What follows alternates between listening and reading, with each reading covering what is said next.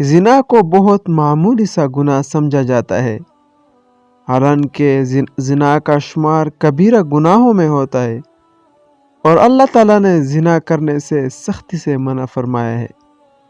جیسا کہ امام شافعی رحمہ اللہ فرماتے ہیں کہ اہل علم انسان کو جان لینا چاہیے کہ بے شک زنا تمہارے اوپر ایک قرض ہے جس کی ادائیگی تمہارے اہل خانہ سے کی جائے گی۔ اہل خانہ میں کن لوگوں کا شمار ہوتا ہے؟ اہل خانہ میں تمہاری ماں، بہن، بیوی، بیٹی اور بھائی وغیرہ شامل ہے۔ نبی اکرم صلی اللہ علیہ وسلم سے مروی ہے، آپ صلی اللہ علیہ وسلم نے فرمایا، اے مسلمانوں کے گروہ، زنا سے بچو، اس میں 6 خرابیاں ہیں، 3 دنیا میں اور 3 آخرت میں۔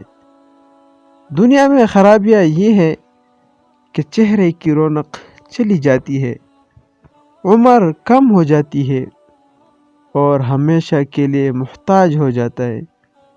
اور آخرت کے اعتبار سے خرابیاں یہ ہے کہ اللہ تعالیٰ اس پر ناراض ہوتا ہے، برا حساب درپیش ہوتا ہے اور جہنم میں عذاب دیا جائے گا۔